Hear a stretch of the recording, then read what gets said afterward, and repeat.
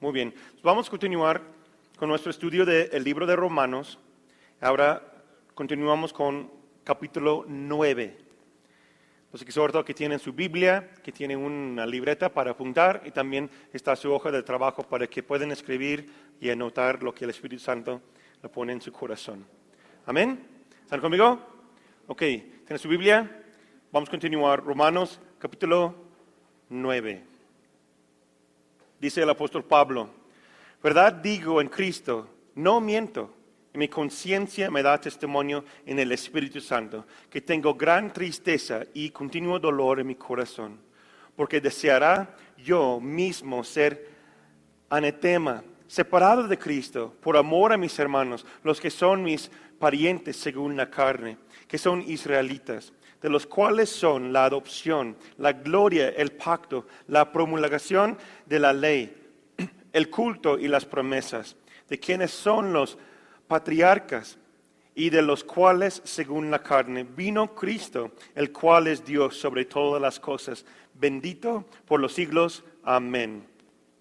No que la palabra de Dios haya fallado, porque no todos los que descienden de Israel son israelitas, ni por ser descendientes de Abraham son todos hijos, sino en Isaac te será llamado descendencia. Esto es, no los que son hijos según la carne son los hijos de Dios, sino los que son hijos según la promesa son contados como descendientes. Porque la palabra de la promesa es esta: por este tiempo vendré y Sara tendrá un hijo. Y no solo esto, sino también cuando Rebeca concibió de uno de Isaac nuestro padre, pues no había aún nacido, ni había hecho aún ni bien ni mal, para que el propósito de Dios conforme a la elección permanecéis. No por las obras, sino por el que llama. Si le dijo, el mayor servirá al menor, como está escrito, a Jacob amé, mas a Esaú aborrecí. ¿Qué pues diremos? ¿Que hay injusticia en Dios? En ninguna manera. Pues a Moisés dice, tendré misericordia del que yo tenga misericordia, y me compadeceré del que yo me compadezca. Así que no depende del que quiere, ni del que corre, sino de Dios que tiene misericordia. Porque la Escritura dice a Faraón, para esto mismo te ha levantado, para mostrar en ti mi poder, y para que mi nombre sea anunciado por toda la tierra. De manera que de quien quiere tiene misericordia, y al que quiere endurecer, endurece. Versículo 19. Pero me dirás, ¿por qué pues inculpa? ¿Por qué? ¿Quién ha resistido a su voluntad? Más antes, oh hombre, ¿quién eres tú para alterquese con Dios? Dirá el vaso de barro al que lo formó, ¿por qué me has hecho así? ¿O no tiene potestad al alfarero sobre el barro para hacer de la misma masa un vaso para honra y otro para deshonra? Y que si Dios, queriendo mostrar su ira, hacer notorio su poder, soportó con mucha paciencia los vasos de ira preparados para destrucción, y para hacer notarias las riquezas de su gloria, las mostró para con los vasos de misericordia que Él preparó desde antemano para gloria, a los cuales también he llamado, esto es, a nosotros, no solo los judíos, sino también los gentiles. Como también en Oseas dice, llamaré pueblo mío al que no era mi pueblo, y a lo no amada, amada. Y en el lugar donde se les dijo, vosotros no sois pueblo mío, allí serán llamados hijos del Dios viviente. 27. También Isaías clama tocante a Israel, si fuera el número de los hijos de Israel como la arena del mar, tan solo el remanente será salvo, porque el Señor ejecutará su sentencia sobre la tierra en justicia y con prontitud. Y como antes dijo Isaías, si el Señor de los ejércitos no nos hubiera dejado descendencia, como Sodoma habríamos venido a ser y Gomorra seríamos semejantes. ¿Qué pues diremos?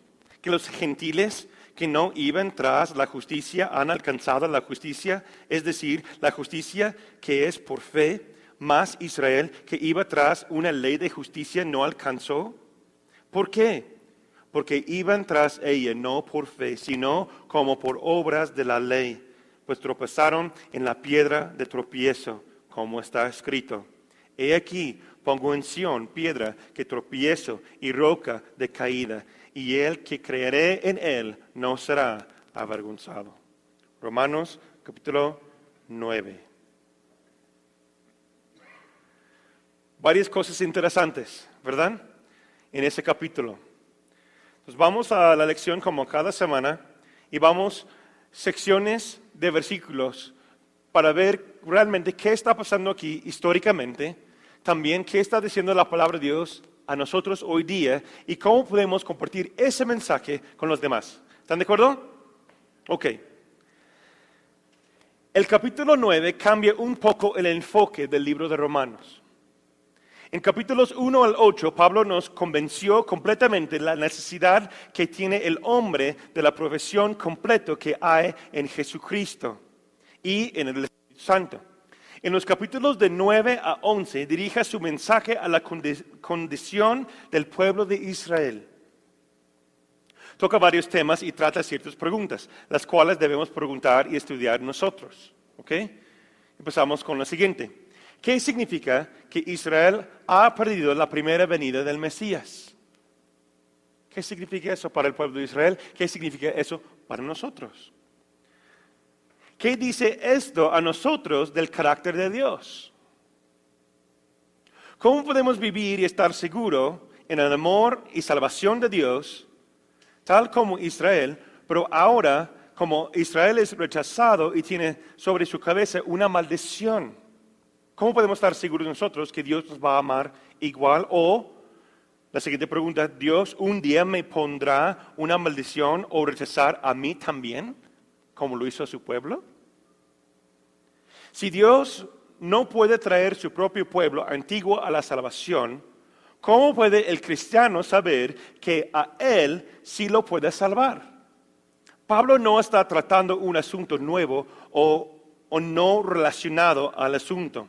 Esos tres capítulos, 9, 10 y 11, son parte de la manera en cómo Dios plenamente muestra cómo salva a la gente. Pastor Morris, de 1914 a 2006. Interesante, ¿no? Honestamente, nunca pensé en esa pregunta antes de empezar a estudiar capítulo 9. Pero ahora, después investigando y viendo varias cosas, es algo que algunos cristianos batallan con esa idea.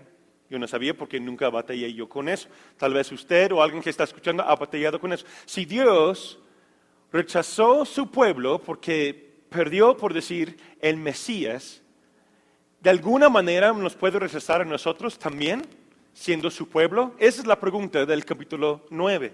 Entonces, acompáñenme, vamos a regresar y vamos versículo por versículo, o secciones de versículos. Vamos a empezar con versículos 1 a 5. Aquí veremos las respuestas durante esta enseñanza y también vamos a dar claridad a lo que está diciendo el Espíritu Santo a través de esa palabra. ¿Quién está conmigo? ¿Sí? Ok. Aquí vemos versículos 1 al 5, la tristeza de Pablo y el pueblo de Israel. Como usted y yo sabemos, si sabemos un poquito de la historia de la iglesia, Jesús vino principalmente para salvar el pueblo de Dios. ¿Sí? ¿Quiénes son los israelitas que están en el pueblo Jerusalén y el país Israel?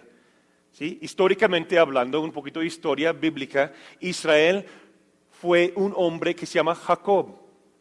¿Recuerdan la historia?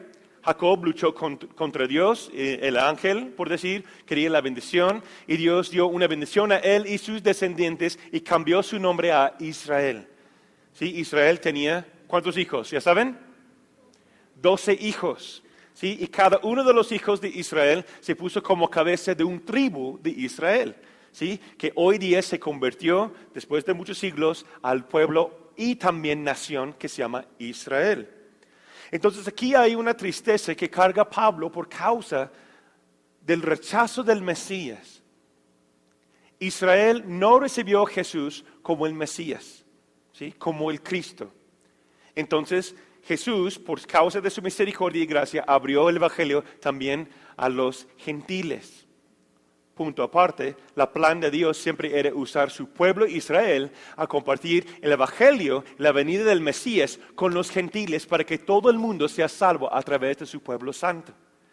Pero por causa de un corazón duro y la religión que controlaba el pueblo, ellos rechazaron el Mesías y también rechazaron el amor de Dios y estaban clavados a la ley. Por lo cual que hemos visto del capítulo 1 al 8. ¿Están conmigo? Ok, regresamos. Versículo 1, por favor, 1 al 4. Dice Pablo, digo la verdad en Cristo, no miento. Mi conciencia me da testimonio en el Espíritu Santo. Tengo una gran tristeza y un continuo dolor en mi corazón, porque desearía ser yo mismo maldecido y separado de Cristo por amor a mis hermanos, por los de mi propia raza, que son israelitas. En esta versión lo dice un poquito diferente. Algunos de nosotros podemos decir, hasta crees, ¿en serio? Pero aquí realmente no solamente está citando el corazón de Jesús en unos versículos que vamos a ver en un momento, no, y tampoco no solamente está citando el corazón y versículos que veremos acerca de Moisés, pero realmente Pablo está hablando y nos dice, no miento, ¿verdad? Nos dice qué tan grande es su corazón y su pesar, su tristeza por su propio pueblo, por su familia, por sus hermanos, tal como raza israelita. Aquí vemos realmente el corazón de Pablo. Y no es una exageración. Vamos a decir, qué exagerado, ¿no? No. Realmente no puedo imaginar con qué angustia, con qué tristeza escribe esas palabras. ¿Entendemos realmente lo que está diciendo? Pablo está diciendo que su amor por su raza, su pueblo, es tan grande que dice que sería mejor para él que se entregaría su propia vida o su propia salvación si pudiera salvarlos. Wow. Yo voy a ser honesto, yo no sé si me entregaría mi salvación por mis hermanos. ¿Usted sí? Sería un poco difícil, yo creo. ¿Cuánta humildad? ¿Cuánto amor y pasión y compasión tenía por su pueblo, por su gente? Que dice, voluntariamente, yo voy al infierno, Dios, si tú salvas a todos ellos. Él está diciendo, Él está dispuesto a entregar su eternidad con Dios si puede salvar a su pueblo. Si eso no te impacta, no sé qué puede impactarte acerca del amor de Dios. Vemos el mismo corazón en otro líder, también Moisés. Acompáñenme si tienen su Biblia, Éxodo 32 y 31. Dice Moisés, y volvió Moisés para hablar con el Señor y le dijo, este pueblo ha cometido un gran pecado, pues hicieron dioses de oro. Te ruego que les perdones su pecado. De lo contrario, bórrame ya del libro que has escrito.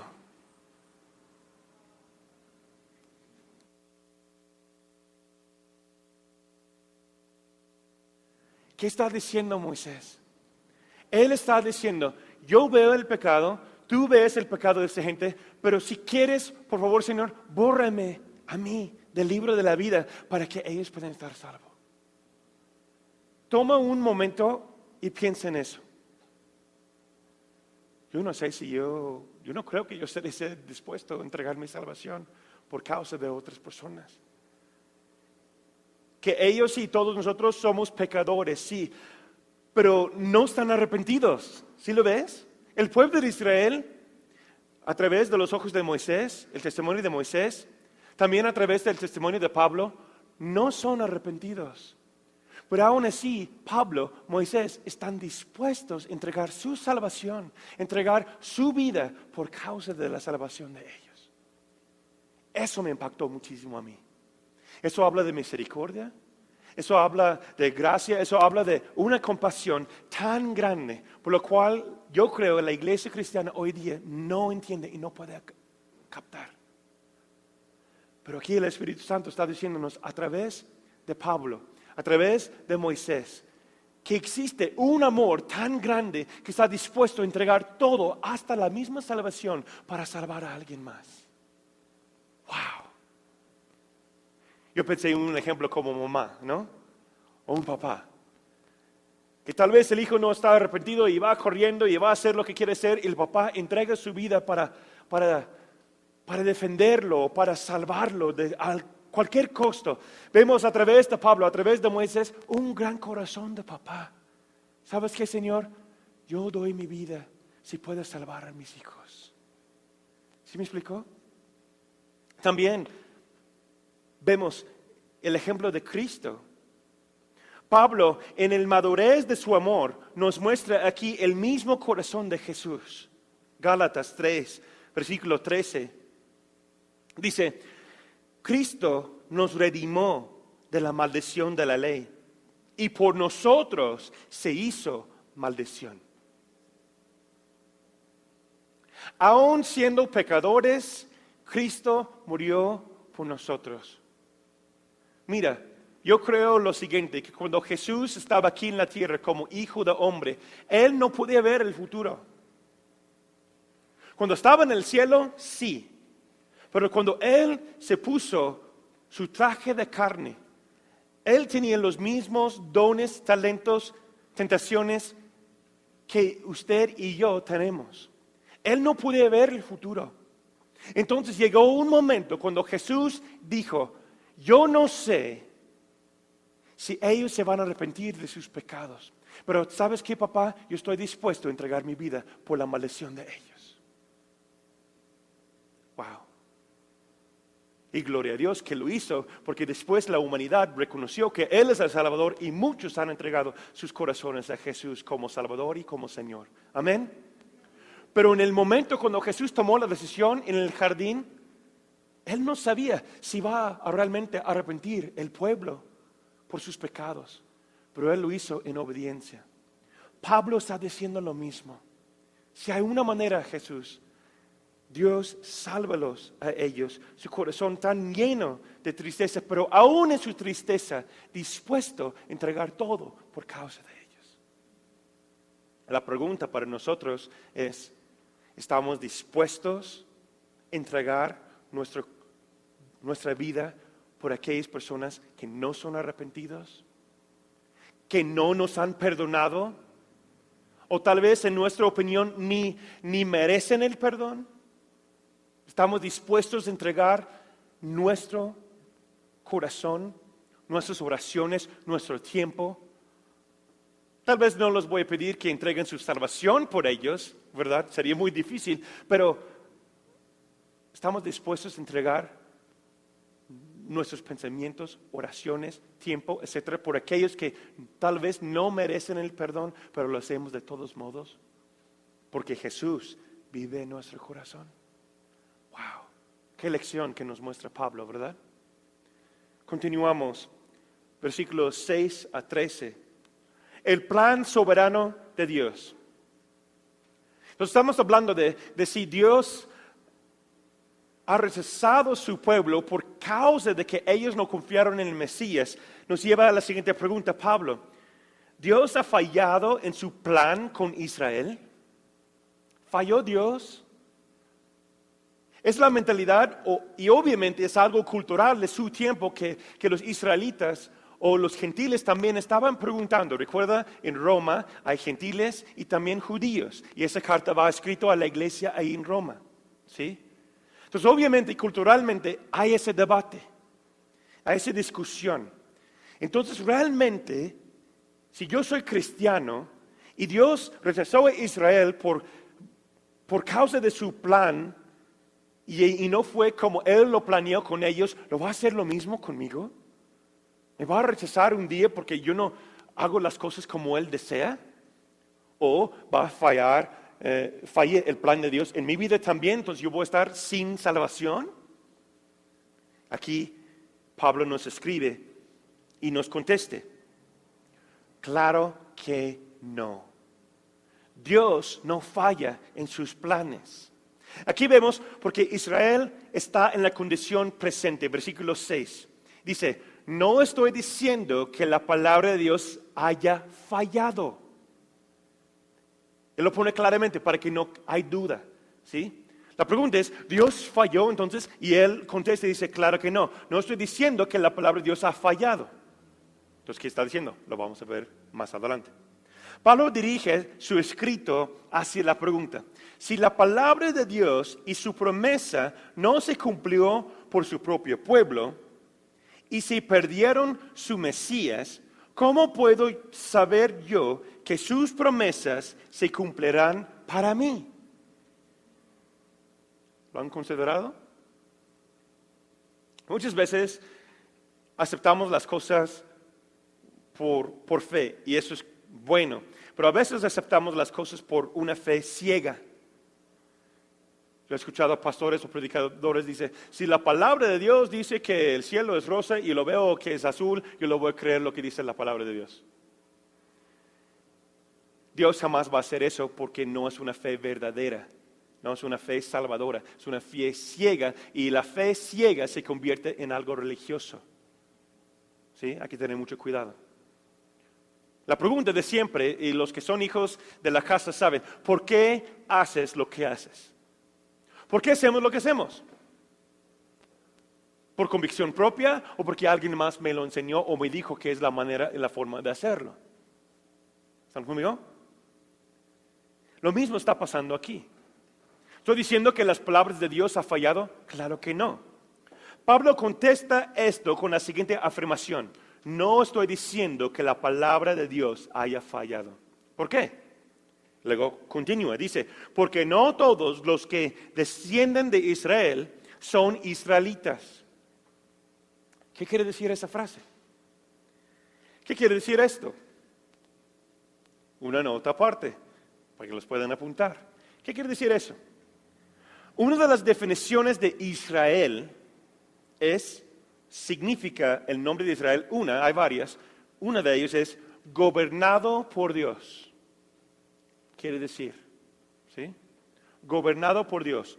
Pablo nos dice aquí que no todo Israel es realmente gobernado por Dios. Estamos hablando de un país natural, pero también estamos hablando de un pueblo espiritual. ¿Sí me explico? ¿Están conmigo? ¿La palabra de Dios falló? No. Después él dice, porque no todos los que descienden de Israel, o gobernado por Dios, son israelitas, o son de Israel. ¿Qué quiere decir eso? Nos explica Pablo en los siguientes versículos. Pablo nos explica que solo ser el descendiente de alguien no salva en sí. Versículo 8 dice, significa que los hijos de Dios no son los descendientes naturales, sino aquellos que son considerados descendientes según la promesa. ¿Qué significa eso para nosotros? Muchísimas cosas. ¿Qué tipo de hijo eres? Vamos con esa pregunta. Muchos creen que somos hijos de Dios, ¿verdad que sí? Pero aquí Pablo está diciendo que hay dos tipos de hijos. Hay hijos que son descendientes naturales y hay hijos que son descendientes de la promesa. Son dos cosas distintas. ¿Qué quiere decir para nosotros? ¿Qué tipo de hijo o hija eres? ¿Descendiente natural? ¿Creciste en la iglesia, la religión cristiana? ¿Y ahí tomas tu salvación? No puedo decirles, yo crecí en la iglesia cristiana toda mi vida. Yo conozco muchísimas personas a través de los 30 y tantos años que tengo. ¿Sí? Crecí en un ministerio. A los 10 años yo entré al ministerio y estaba ministrando con mis papás y viajábamos por toda la zona central de Estados Unidos. ¿Sí? En un ministerio de música. Yo he conocido personas de ciertas denominaciones rígidas y otras ciertas denominaciones totalmente libres que se dan vueltas en el piso y todo eso, ¿sí? Y todo en medio, lo que hay, ¿sí? No puedo decirles cuántos hijos de pastor yo he conocido que viven como el diablo. No puedo decirles cuántos hermanos, entre comillas, en la fe que ya he conocido que traicionan su pastor, su familia, así. ¿Son hijos de Dios? Tal vez usted tiene mucho tiempo, mucho conocimiento de la palabra de Dios. Les voy a decir algo. Bíblicamente, eso no significa que tú eres un cristiano y eres salvo. Sí les dije, ay, ¿sí? Igual yo.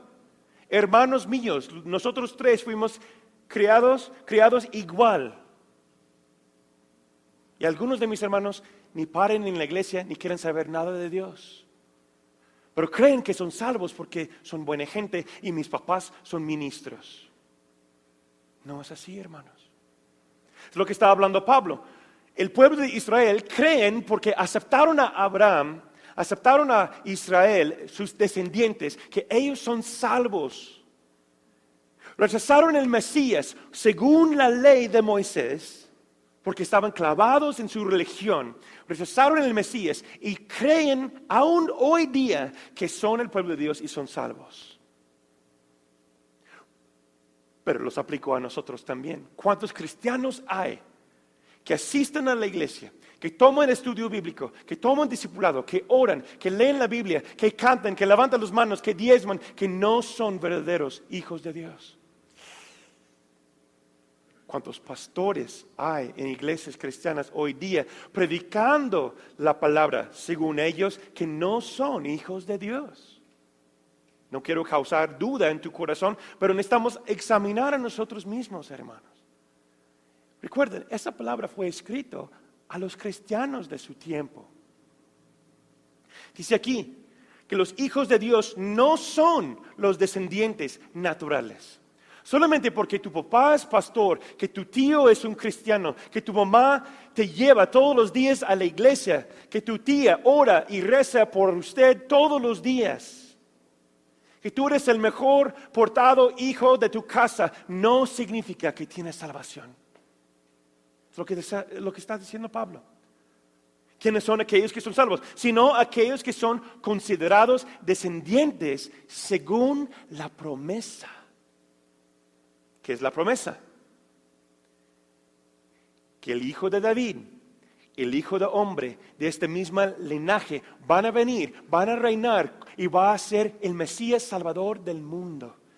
Él va a dar la promesa de salvación y vida eterna. Y aquellos que creen en su nombre, confiesan con su boca, creen en su corazón que Jesús se murió y resucitó el tercer día y de entre los muertos tendrá salvación. Esos son aquellos que creen en Él y están dedicados a Él, y su promesa son aquellos que son salvos. ¿Están conmigo? ¿Qué tipo de hija eres? Un cantante se llama Keith Green de Estados Unidos de las 70s, también amigo de nuestro padre espiritual, Joe Foss. De hecho, hacen ministerio juntos. Falleció en las 80s en un choque de avión. Pero yo tengo toda su música, todo su disco, muy profético. Y él dijo lo siguiente: ir a la iglesia te hace cristiano, tanto como ir a McDonald's te hace una hamburguesa. ¿Cierto o no? Muchos van a la iglesia, pero yo voy al templo, yo voy a orar, yo soy salvo, yo soy de Dios. Puedes salir de aquí y hablar con personas y preguntarles: ¿crees en Dios? ¿Crees que eres salvo? ¿Vas a ir al cielo? Pues yo espero que sí, yo creo que sí. Dice la palabra de Dios que el mismo Satanás y los demonios creen en Jesús. Entonces no es suficiente creer solamente, sino aceptar y someter a su señorío y caminar bajo su autoridad. ¿Estamos de acuerdo? Hay dos cosas distintas. Uno es ser hijo por la descendencia natural, porque mi papá es cristiano, o yo crecí en la iglesia, etcétera, etcétera, etcétera. Y otro es tomar la decisión propio, que yo voy a seguir a Jesús porque yo lo amo y Él murió por mí. Versículo 14 dice, entonces, ¿qué diremos? ¿Que Dios es injusto? De ninguna manera. Versículo 15, porque Dios dijo a Moisés, tendré misericordia del que yo quiera y me compadeceré del que yo quiera. Así pues, no depende de que el hombre quiera o se esfuerce, sino que Dios tenga misericordia. Ahí está la clave. La clave no depende en cuántas veces tú puedes orar. No depende de cuántas veces vas a la iglesia. Aunque todas esas cosas son buenas. ¿Sí están conmigo? No es malo. Depende nuestra salvación en la obra de Jesús y la misericordia de Dios Padre.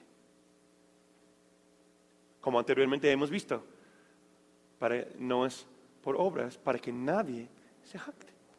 Pero aún hoy día no entendemos ese punto, hermanos. Porque cuántas veces pecamos o caemos en el pecado o hacemos algo que no debemos que hacer y tratamos a ganar el amor de Dios nuevamente por causa de nuestras acciones y obras. Mira Dios, ya me porto bien, ya prediqué a 3 personas esa semana. ¿Me aceptas? Si me quieres, ¿verdad? Ya fui a la iglesia, papá. Ya ves que estoy tratando de hacer las cosas mejor. Ay, ay, ay. ¿Verdad? Yo lo he hecho. Es nuestro como default de humanos. Queremos ganar el amor. Aún de nuestros propios papás, de nuestros hermanos, de líderes o gente. Queremos que los caemos bien, por decir. ¿Cierto o no? Aplicamos lo mismo a Dios, pero Dios no funciona así. De Dios nadie se burla. ¿Están conmigo? Dice aquí, no depende de que el hombre quiera o se esfuerce mucho. No, sino de que Dios tenga misericordia. Si Dios escoja uno y no al otro, ¿significa que Él es injusto? No. Somos los hombres quienes tenemos la decisión de acercarnos o obedecer o no. Eso nos lleva a la justicia y misericordia de Dios. Versículos 14 a 18. Aquí está citado en esa sección de versículos Éxodo 33, versículo 19. Dice lo siguiente, el Señor respondió, voy a hacer que todo mi bien pase delante de ti, y delante de ti voy a proclamar mi nombre, que es el Señor, porque soy misericordioso con quien quiero ser misericordioso, y soy clemente con quien quiero ser clemente. Wow. Eso me espanta y me emociona y también causa el temor de Dios en mi corazón. ¿Sí o no? Yo quiero ser aquel que desea a Dios dar misericordia. Y si entendemos lo que está diciendo aquí, está diciendo que yo he reservado a algunos para mi ira. Yo he reservado la vida eterna para aquellos que yo entrego vida eterna. Una nota aquí. La misericordia no es recibir lo que merecemos, sino lo que no merecemos. Dios es justo con todos, pero reserva el derecho de ser más justo con ciertos individuos que con otros. Interesante, ¿no? Y si usted está desafiado por esa palabra, los exhorto que lean Mateo 20, 1 al 16. Jesús habla de este mismo principio en la parábola del dueño del terreno. ¿Recuerdan esa? ¿Qué pasa ahí? Pues un dueño tiene un terreno, dice Jesús, estudia Mateo 20, ¿sí? Y resulta que tiene muchos que están trabajando ahí. Y después llega un señor para trabajar, pero llega bien tarde.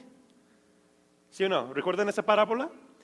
Y él echa las ganas, pero ya está como a las 6 de la tarde, por decir, y terminan a las 8. Entonces ya está trabajando más o menos unas 2 horas, por ejemplo. Los otros, ¿cuántas horas llevan? Pues desde bien temprano, ¿no? Y están trabajando todo el día. Y luego llega el amo y se pone todos los hombres de ahí, incluso el que apenas llegó, y reparte el dinero a todos. ¿Y qué les paga? Lo mismo. ¿Y qué dijo fulano que estaba ahí desde las 6?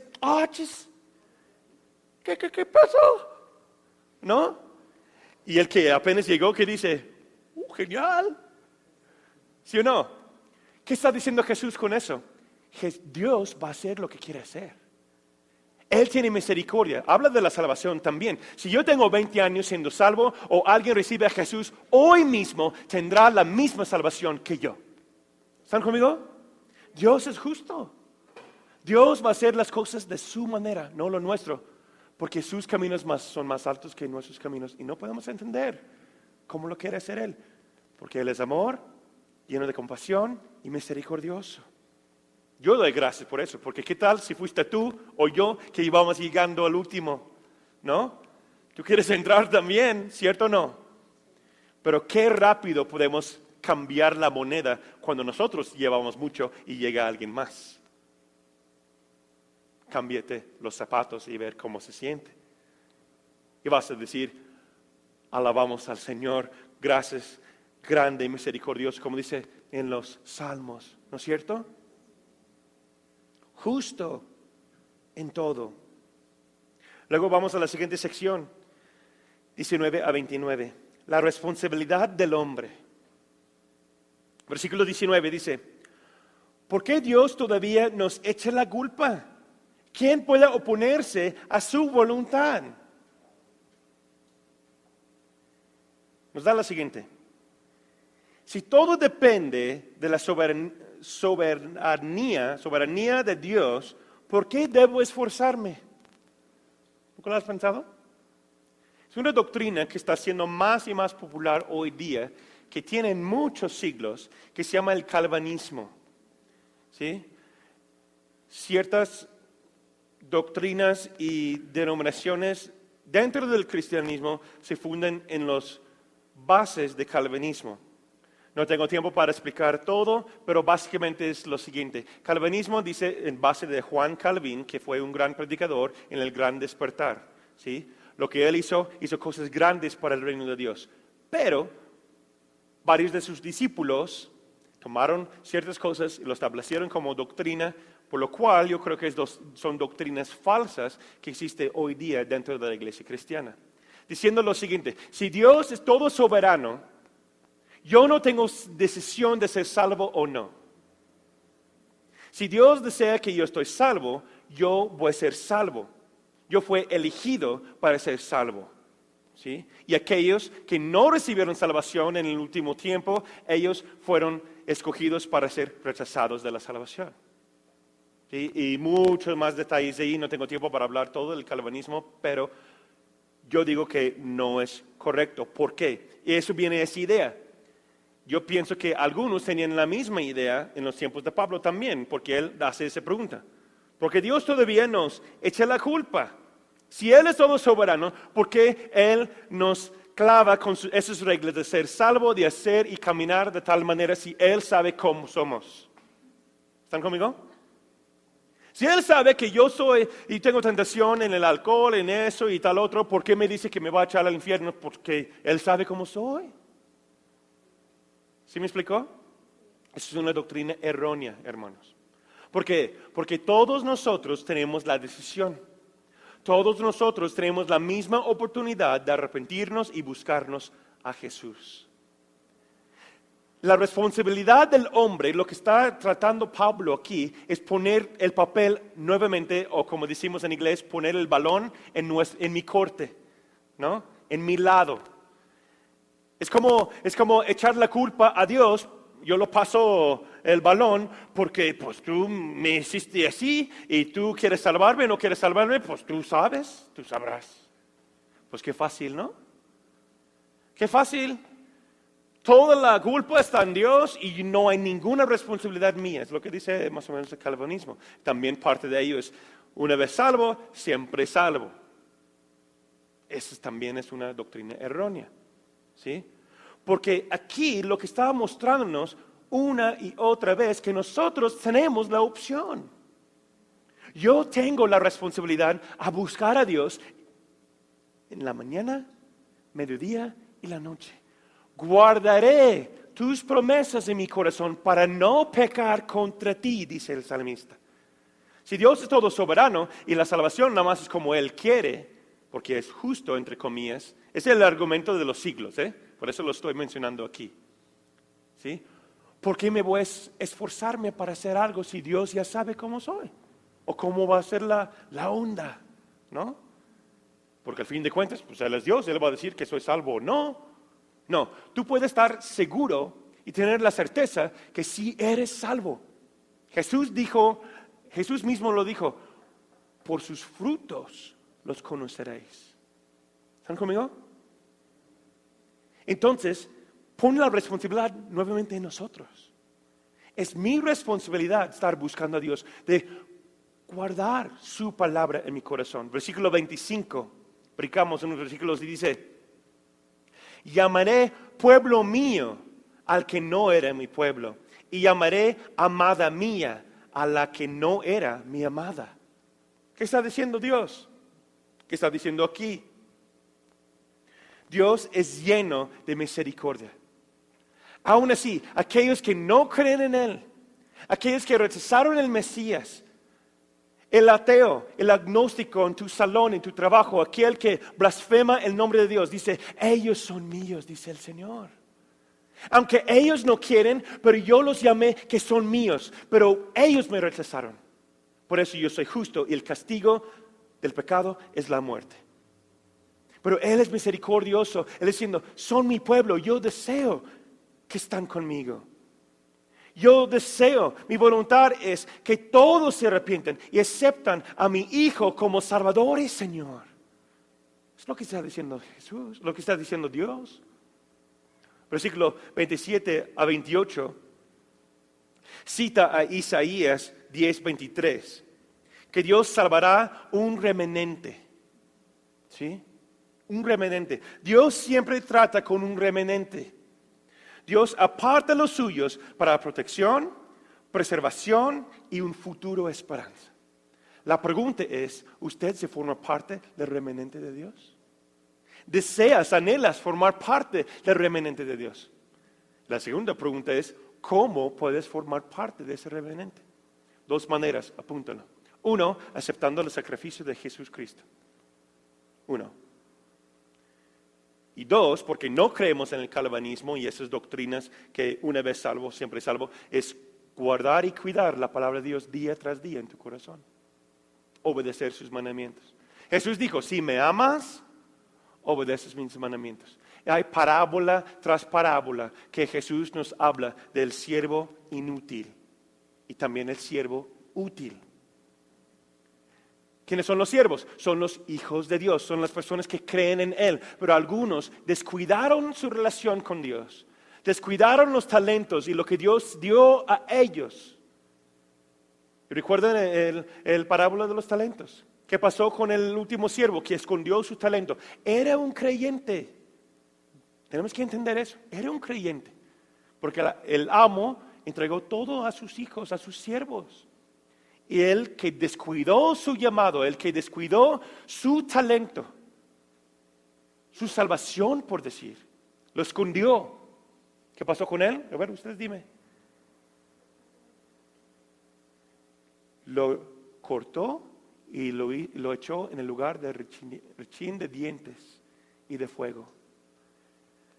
En la Biblia que yo estudio, la palabra de Dios, eso siempre significa el infierno. ¿Qué quiere decir?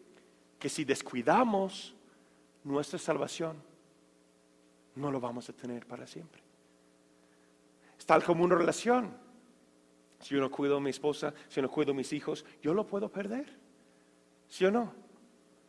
Necesito cuidar esta relación que tenemos con Dios. Y Dios es fiel, está ahí para decirnos, ellos son mi remanente, yo lo voy a proteger, yo lo voy a dar provisión, y yo voy a estar con ellos. Siempre, que dice Jesús, hasta el fin del mundo. Pero depende de nosotros si cumplimos con nuestra parte del pacto o no.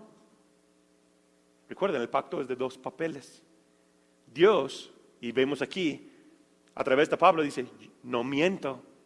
Yo voy a hacer lo que voy a hacer y yo soy fiel. ¿Están conmigo? Versículo 30 a 33 y vamos por terminar esa sección. Falta de fe en Israel. Versículo 30. Aquí vemos que Pablo nos enseña que la justicia verdadera viene por la fe y la fe salvadora en Cristo. Los gentiles tal vez no buscaron por la justicia de Dios, pero llegó a nosotros. ¿Sí entendemos eso? Si estudias esa sección de versículos. Dice aquí que la salvación llegó a los gentiles. Nosotros, como pueblo, tal vez ni estamos buscándolo. Ni hemos escuchado de Jesús. Pero eso nos muestra la misericordia de Dios. Aunque ni estabas buscándome, yo mandé a mi hijo para morir por ti. Por eso es tan importante que llevamos ese evangelio, ese mensaje a todo el mundo, a todas las naciones, empezando en tu escuela, en tu trabajo, con tu propia familia. Hay personas en nuestra generación hoy día que no han escuchado de la fe salvadora de Cristo Jesús. El sacrificio de Jesús. ¿Tú crees que porque somos una cultura, entre comillas, mundialmente cristiana, creen que todos han escuchado el evangelio? Eso es una de las mentiras más grandes de Satanás en nuestro tiempo.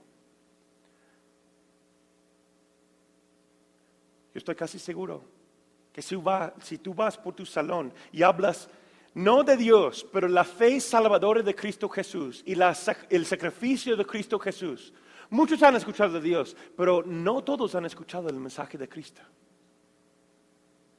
Sí, es cierto, es que por Semana Santa hicieron así, así. Búsquelo, y yo puse en Google. México, la fe salvadora, y lo busqué también, el mensaje de Jesús. Encontré unos videos de jóvenes y gente hablando que mostraron, sí, y no tienen ni idea. Estaban haciendo entrevistas con jóvenes de hoy día. En el DF, en Monterrey, en varios lugares. Yo encontré varios videos distintos, ¿no? Y una vez, hace años, nosotros hicimos lo mismo en el centro aquí en nuestra ciudad. Eso fue hace un tiempo cuando iniciamos la iglesia. Ministerio de Jóvenes, fuimos al centro y estamos platicando y grabamos videos y usamos en una serie aquí en la iglesia. ¿Sí? Te sorprenderás cuántas personas no conocen acerca de la salvación en Jesús. Qué privilegio tenemos formar parte de ese remanente, parte de la familia, pero es nuestra responsabilidad compartirlo con los demás. ¿Qué dice aquí? Perdón. Versículo 31. ¿Por qué hallaron los gentiles la justicia de Dios y los judíos no? Si los judíos fue las personas que Jesús envió su pueblo, envió su hijo por su pueblo, ellos, pues deberían ser los primeros que aceptaron a él, ¿no? Pero no fue así. No fue así. 32 a 33, por terminar, dice una palabra que me llamó mucho la atención. Dice, una piedra que tropiezo. Una piedra de tropiezo. ¿Sabes que Jesús fue una piedra de tropiezo? ¿Saben eso? Pero Él llegó y trajo la esperanza. Porque era una piedra de tropiezo. Eso no va a encontrar otros versículos que no debes que poner a nuestros hermanos para que se caigan en pecado, etcétera, etcétera. Es que no entendemos lo que hizo Jesús. Acompáñame a 1 Corintios 1, 22 y 23. Dice, los judíos piden señales y los griegos van tras la sabiduría. Pero nosotros predicamos a Cristo crucificado, que para los judíos es ciertamente un tropezadero. Y para los no judíos, una locura. ¿Qué significa eso? Porque no entendieron el plan de Dios. Los judíos tenían un plan suyo. El Mesías se ve así, así, así, asá. Entonces estaban esperando esa señal. ¿Y cómo vino el Mesías? Todos nosotros sabemos la historia. No nació en un palacio. No nació con el nombre de rey. ¿Cómo nació? En un pesebre.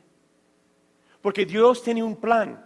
Y si ellos estaban atentos y si estaban con una relación personal con Dios, estudiando las palabras de los profetas, pueden ver claramente cómo va a llegar el Mesías.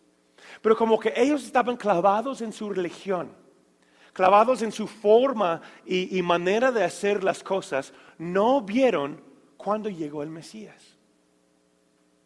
Significa que la única salvación viene a través de Jesús, un hijo de carpintero, hijo de hombre. ¿Qué quiere decir eso?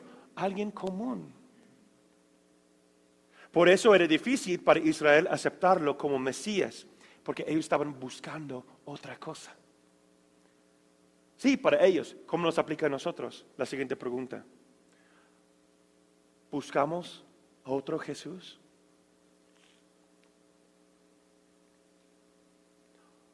¿Buscamos al Jesús de la cultura mexicana? ¿Buscamos una idea que hemos creado dentro de la iglesia cristiana hoy día de quién es Jesús que tal vez ni es bíblico? Yo recuerdo una serie que hicimos hace tiempo que se llama El Jesús que creemos conocer. ¿Recuerdan esa? Algunos de ustedes estaban aquí. ¿Sí? Hay que hacerlo otra vez.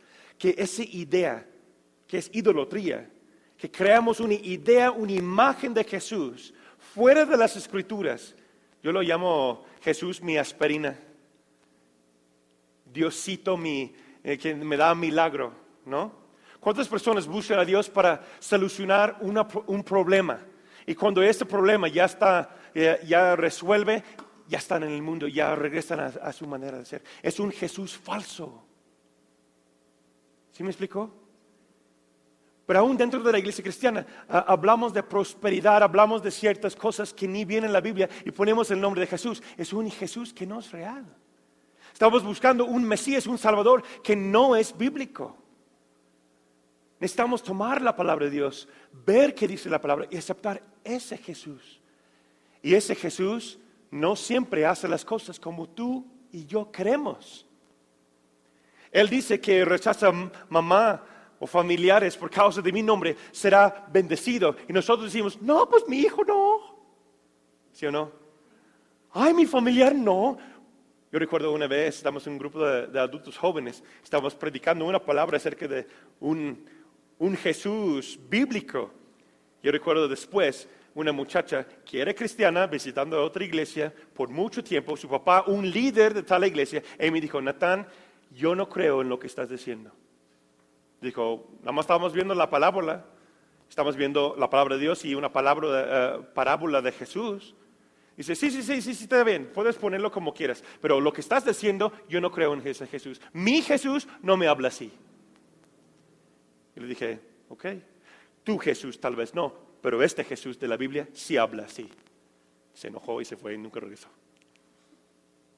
Me llamó la atención ese día que hemos creado una idea de Jesús que no es bíblico, es un ídolo, es una idea de nuestra mente, de nuestra cultura, aún dentro de la iglesia cristiana, hermanos. Y Pablo está tratando eso. Porque el Jesús de la Biblia, el Jesús que entregó su vida por nosotros, es una piedra de tropiezo. ¿Por qué? Porque tropezamos o caemos porque no va de acuerdo de lo que yo pienso, lo que yo creo. Como dijo Pastor Juan Brevier, él dijo, ¿usted cree en la palabra de Dios como aplica a tu vida o aplicas a tu vida conforme a la palabra de Dios? ¿Sí me explico? ¿Aplicamos nuestras vidas a la palabra o hacemos ajustes de la palabra para que está conforme a nuestra vida? Eso es lo que está hablando Pablo. Porque el Jesús de la Biblia es tropiezo. ¿Por qué? Porque él dice, es mi manera, es la manera de mi Padre, así va a ser. Y si no eres parte de eso, lo siento. Y nosotros hoy día, muchos batallan con ese concepto de Dios. Porque Dios es amor, Jesús me ama a mí, tal y como soy. Y Dios es lleno de gracia y misericordia, aunque todo eso es cierto. Pero lo cambiamos la forma en cómo vemos a Dios, la forma en cómo vemos a Jesús. Y aceptamos una mentira. Leer el libro es excelente, lo puedo poner un link también, que se llama La mentira más grande del infierno, escrito por Ray Comfort. Dice que muchos cristianos hoy día que asisten a la iglesia, entre comillas son cristianos, pero no son salvos realmente, porque aceptan ese tipo de Jesús y no es el Jesús verdadero. Es algo tan real en nuestra cultura cristiana y también mexicana, hermanos. Buscamos otro Jesús. Aceptamos lo que Dios nos dio, sacrificio de su Hijo realmente. Y Él dice es esta manera y debe ser esta manera. Entonces en capítulo 9 vemos que Israel y cualquier persona que está apartado de Dios por su propia decisión, no porque Dios no es justo. ¿Están conmigo? Lo que aprendemos en esta lección es que las personas están alejadas de Dios no porque Dios lo hizo, sino porque las personas no toman la decisión de acercar a Él, obedecer a Él y hacer las cosas como Él desea. Y su voluntad es que nadie perezca, sino todos vienen al arrepentimiento y se sometan al único Hijo de Dios que entregó su vida por nosotros, que se llama Jesucristo, por lo cual tiene nombre sobre todo nombre. Él es Rey y Salvador. ¿Están conmigo? Amén. Romanos, capítulo